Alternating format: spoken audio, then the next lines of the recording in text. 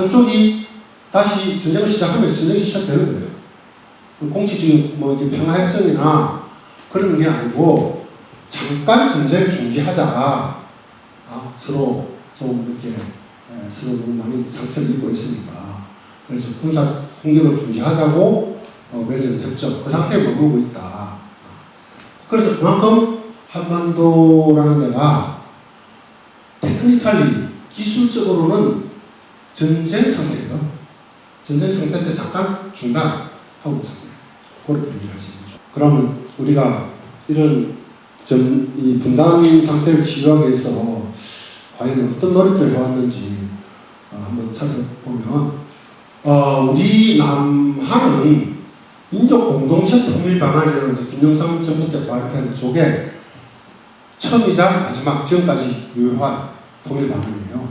3단계인데 화해협력 단계를 거쳐서 남북연합을 만들고 총선거를 실시해서 통일국가를 완성한다. 이런 의미인데 이 당시에 여야, 국회 전체 만장일치로 이 방을 채택했습니다.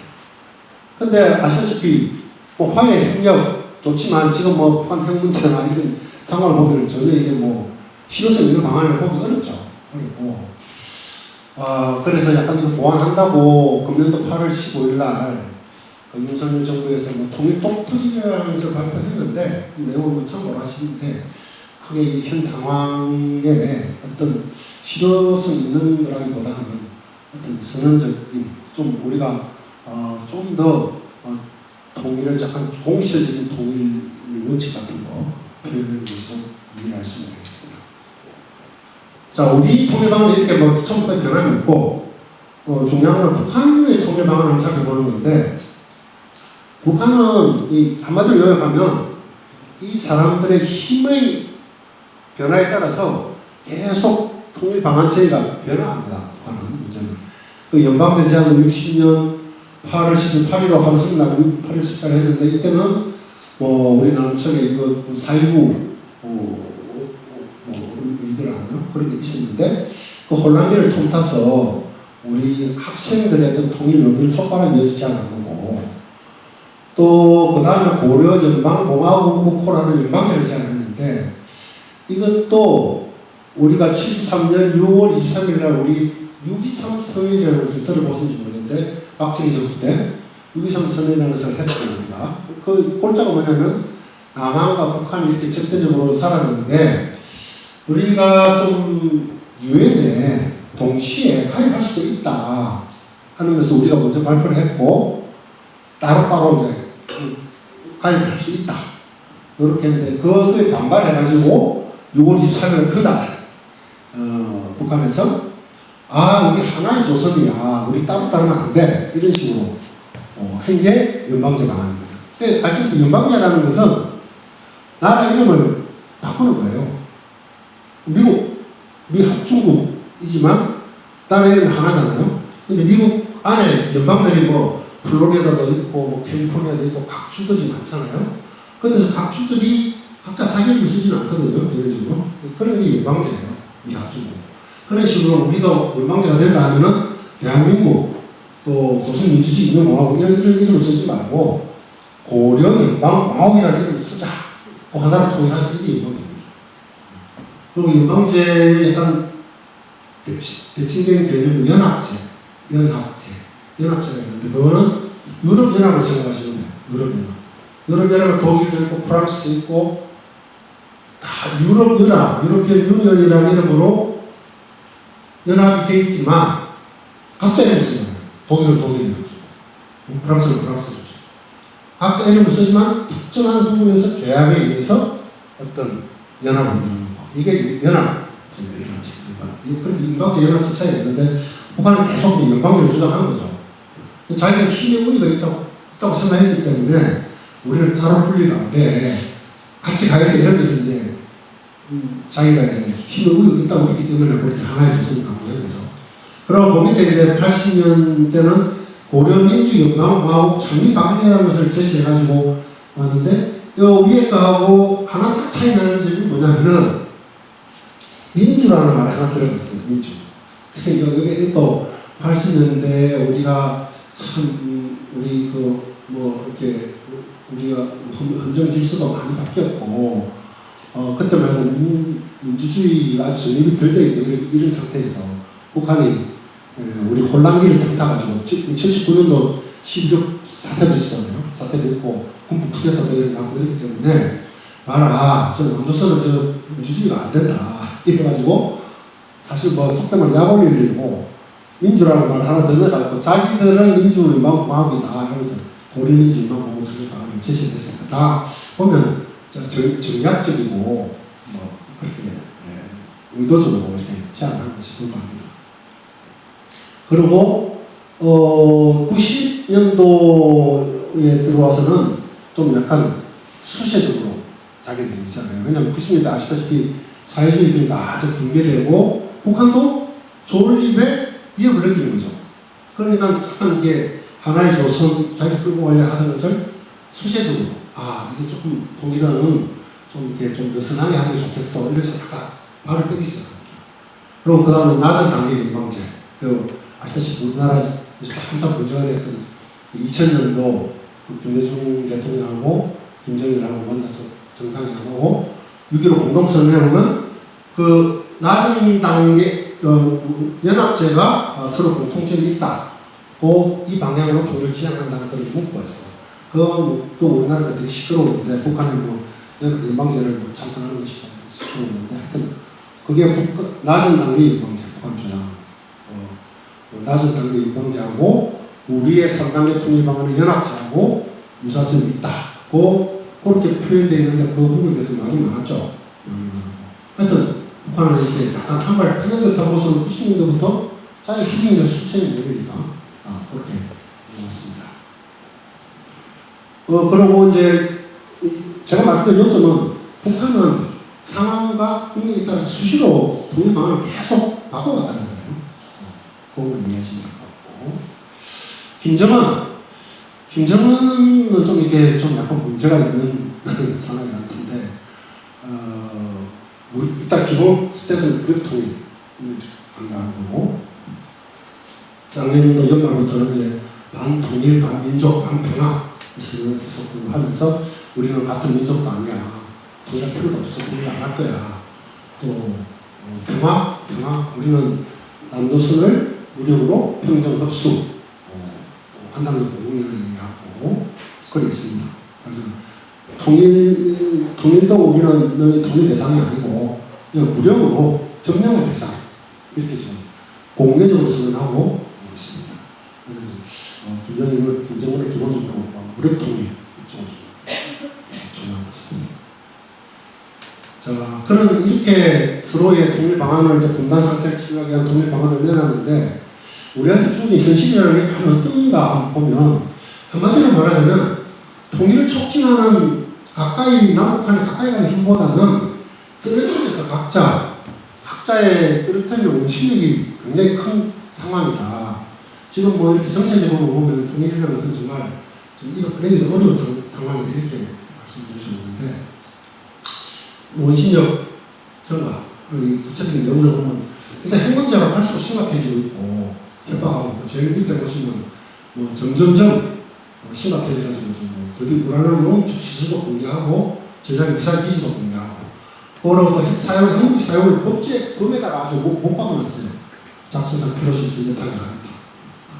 근데 점차 미국 대미 협상용으로 우리가 있다가 지금은 남한을 협박하는데 초점을 맞춰져가지고 있습니다. 전술핵이라 해서 전략핵하고 틀려가지고 전술핵 이런 부분을 계속 공개하고 있습니다. 그래서 우리 대남 협박 공시가 시작되고 있다.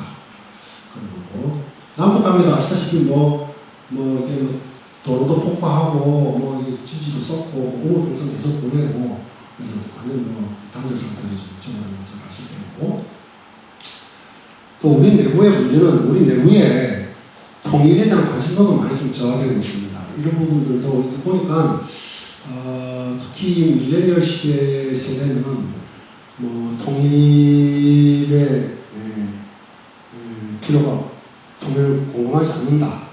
통일을 해야 된다고 하는 사람이 과반수가 안 됩니다. 46% 정도밖에 안 되고, 점점 통일에 관심부터 작아지고 있다. 사실 이런 부분들이 우리 입장에서 보면 그냥 밀레니얼 청소년들은 그냥 통일도 어떻게 뭐 경제적인 가상 이런 관점에서 막 자꾸 생각하고 자기 일자리 이런 거 생각하다 보니 그런 것 같은데, 통일이라는 것은 정말 가치의 문제고 어떤 경제적 타산으로 뭐 이렇게 좀 접근할 문제는 아닌 것 같다.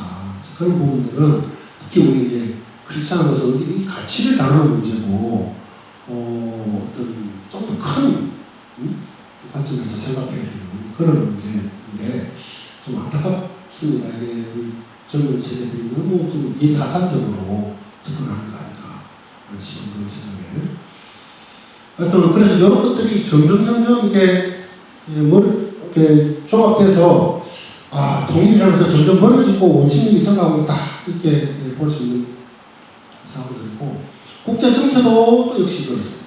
미국, 일본,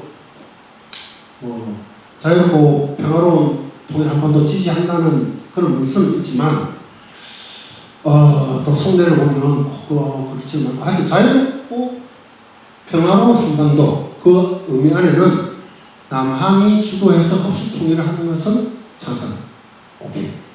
그럼 자유민주주의 확산하고 그러니까 그렇지 않은 경우는 반대 이런 의미가 들고 있습니다. 중국, 러시아는 뭐 아시다시피 뭐 중국은 6.25 전쟁 때 우리가 봤잖아요. 절대 통일은 반대입니다. 자기 그 민중을 투입해서라도 피를 흘리면서 막았어요. 중국. 그래서 그런 것들이 중국 입장을 잘 보여주는 거고, 러시아도 최근에 뭐 군사 북한하고 이렇게 군사 동맹관계까지 체계를 해가면서 이렇게 해서 북한의 좀 전략적 지위나 이런 것들이 점점 좀 높아지고 있는 이런 쪽으로 하고 있기 때문에 이런 부분들도 통일에 좀 제외가 되는 거고, 남북 관계는 앞에서 말다시피 단절 상태로 있기 때문에 그래서 이 종합적으로 볼 때는 통일에 가까워지기보다는 멀리 떨어져가는 그런 힘들이 아주 지금 강하게 작용하고 있다. 이렇게 볼 수도 있습니다. 자, 이런 상태에 하여서 뭐 북한은 불안정성이 증대되어 있고, 아직 북한 내부 상황도 복잡하죠. 이게 제가 이거 뭐 자료를 다 설명을 못 드렸습니다만, 북한도 여러 가지 경제적으로 또는 여러 가지 또 사회 내부적으로 MZ 시대에는 뭐 한류나 이런 것들이 많이 들어와가지고 북한이 사실은 뭐 통치가 잘 힘든 이런 상황까지 왔을 가능성이 많아요. 왜냐면 저는 북한 내부에서 장마당 세대라 해서 한 330만 명이 장마당 세대인데, 장마당 세대라는 것은 1995년도에 대기근이 있었죠. 대기근이 있었고 많이 아사자가 발생했어요. 그 이후로는 배급제가 중단이 됐어요. 배급이 매우 못해주니까. 그때 태어난 세대들은 스스로 각자 고생하면서 시장을 통해서 자기가 식량도 공급받고 이렇기 때문에 국가에 대한 충성심 이런 거는 많이 떨어져요. 그런 세대들이 한 330만 명 있고 인구 약 13%를 차지하고 있기 때문에 그런 세대들이 벌써 지금 막 자라가지고 좀 이렇게 중년층이 되기 때문에 그런 사람들은 우리 남한의 어떤 한류나 또는 여러 가지 또 뭐 이렇게 그런 걸 많이 모방하고 남한을 많이 동경하는 남한의 문화, 우리 문화 수는 굉장히 높잖아요. 전 세계적으로 봐도 K 드라마, 뭐 K 스포츠까지, 또 말투 이런 것도 북한 사람들이 우리가 한국 말투가 되게 예쁜가 봐요. 이렇게 많이 따라하더라고요. 그래서 이게 법을 만들었는데 뭐 오빠라고 부르지 말라, 그 오빠라고 부르면은 북한은 동무 이렇게 부르는데 뭐 오빠 이렇게 부르니까 오빠도 아닌데 오빠라고 부르는 거 연인 사이인데 오빠라고 부르고 이런 것도 금지시키고, 뭐 민자 붙이지 마라, 무슨 과장님, 뭐 부장님 이런 것도 민자 붙이지 마라. 민자 붙이면 이쁜 말인데 뭐 붙이지 마라. 그런데 다만 어릴 때는 오빠라고 불러도 된다. 그런데 소년단 시대 이렇게 청년 동맹 소년단 어릴 때는 오빠라고 불러도 못 되는데 청년 동맹으로 그러면 청년들은 안 된다. 이런 법이 복잡하게 있어요. 그래서 그런 것들은 강하게 하고 있는 거 보면은 북한은 굉장히 좀 그런 부분 사회 통제, 부분이 많이 이완되고 있다. 이렇게 볼 수밖에 없을 것 같습니다. 사진을 보면 저렇게 그런 말을 써가지고 처벌받는 모습을 진짜 좀 공개적으로 처벌하고 심하면 사형도 시키고 이렇게 하는 거고, 다 군인들이 모인 장소에서 실험 케이스로 이렇게 막 이렇게 하는 거예요. 효과를 높이기 위해서 처벌을 하고. 근데 또 이렇게 아이러니컬하고 사진 한 장을 보면 우리가 옛날 우리 평창 동계올림픽 때 막 우리 그 가수나 이런 분들 평양 동평양 대극장에 가서 막 공연 가고 이랬거든요. 그거 마치고 김정은, 이설주 정말 딱 서가 있고 우리 올라간 연예인들하고 기념 사진 촬영도 그럴 거잖아요. 이게 정말 아이러니컬한 거죠. 자기들은 이렇게 사진도 찍어주고 이렇게 하는데 이런 것들이 다 보면 우리 한류가 확산되는 데도 많이 좀 평창 동계올림픽 이런 것도 많이 좀 기여를 하지 않았나 이렇게 생각해 봅니다.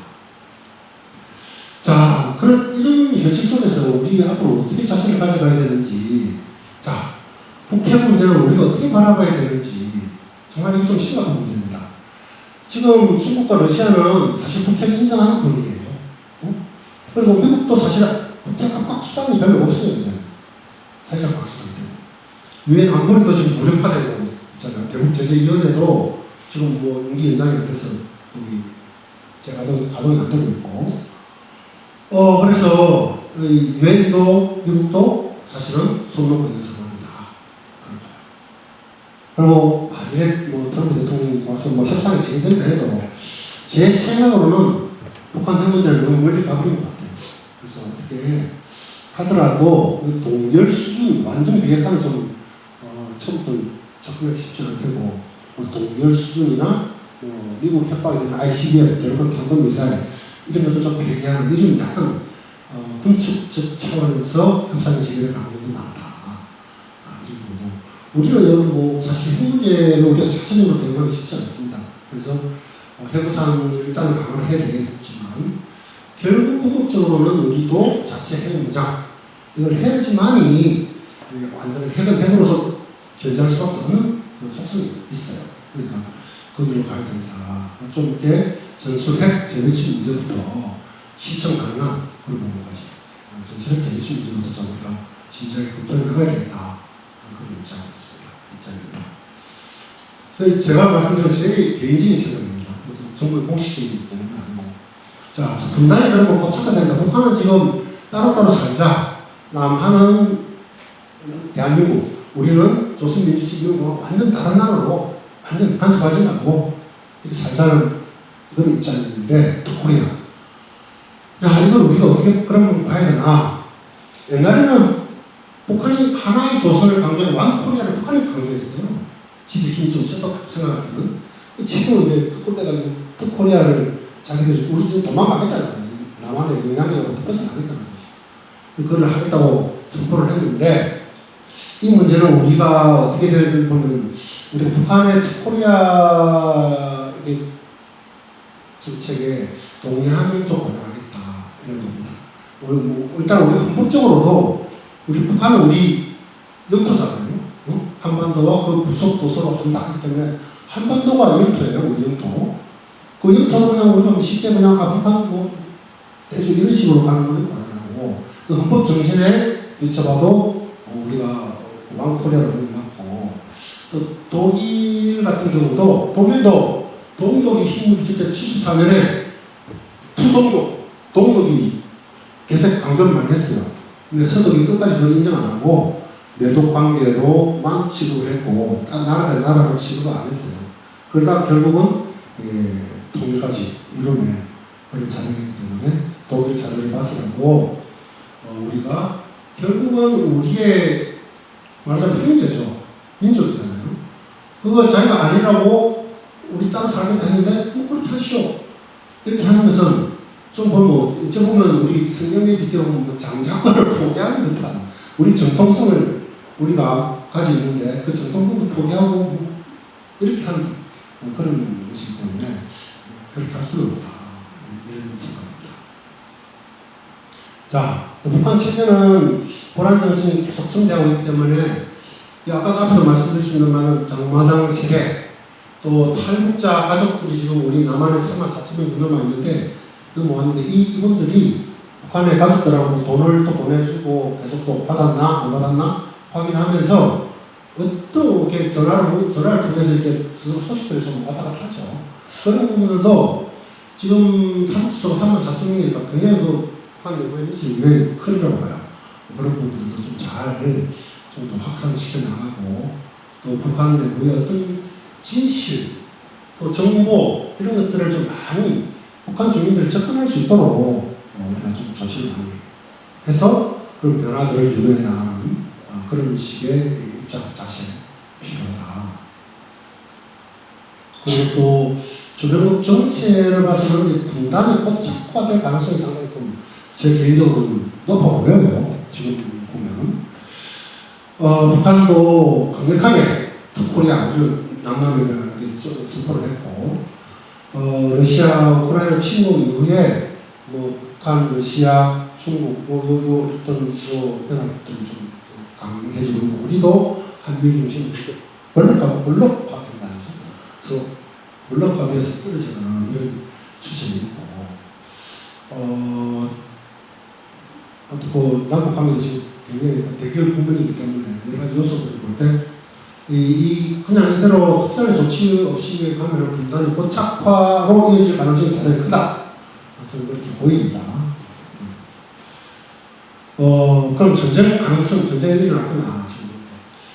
이 부분도 상당히 우리가 깨어있어야 되는 거예요. 깨어있어야 되고, 너무 이렇게 안이하게 대처하는 문제는 절대 아닌 것 같습니다. 왜냐하면, 김정은은 공공연하게 전쟁 준비를 하라고 지시를 많이 했고, 지금 하고 있어요. 하고 있고. 또, 김정은 기본적으로 자기가 핵 보유국이라는 기본적인 자신감이 깔려있어요. 젊기도 하고, 약간 패기가 있죠. 있고. 그런데 핵 보유를 자신감도 있는데, 이 김일성 자기 이제 할아버지를 보면 자기 할아버지 따라하기를 좋아해요. 자기 통치 카리스마를 유지하기 위해서 따라하는데 이 전쟁도 사실 김일성도 그때는 근거 없는 자신감으로 소련 스탈린한테 찾아가서 내가 전쟁 나면 말이야 3일 만에 끝내겠다. 끝낼 수 있다고 강력하게 주장하고 이래가지고 스탈린도 그래가지고 오케이 했거든요. 김정은도 자기 할아버지가 했던 대로 근거 없는 자신감에 기반한 사고 칠 가능성이 배제할 수는 없다. 특히 또 핵무기도 보유하고 살짝 보유하고 있죠. 또 최근에 러시아 같은 데 전쟁에 참여하면서 현대적 경험도 좀 축적하게 될 테고 러시아로부터 여러 가지 또 군사적 기술 같은 걸 좀 이렇게 조금 적응 받는다면 근거 없는 자신감을 가지고 자기도 입장에 여러 가지 내부적으로 고난할 때 어떤 도발할 가능성은 절대 배제해서는 안 된다. 그래서 이런 부분들을 전쟁 우리가 너무 미국만 믿고 도와주겠지. 전쟁은 남의 같이 이렇게 하는 건 좀 정말 이거 좀 조심해야 된다. 깨어있어야 된다. 그리고 우리가 이런 부분에 전쟁 같은 거 일어나지 않도록 제가 오늘 말씀해 드린 것도 다시 나라가 전쟁을 해체하는 이런 일이 없도록 우리가 정말 좀 깨어서 기도해야 될 부분이 이런 부분이다. 전쟁을 일어나지 않도록 그런 생각이 좀 듭니다. 마지막으로 제가 이게 여러분 이런 참 사실 비관적인 어떤 국제 정세 또 우리 내부 상황 이런 것들인데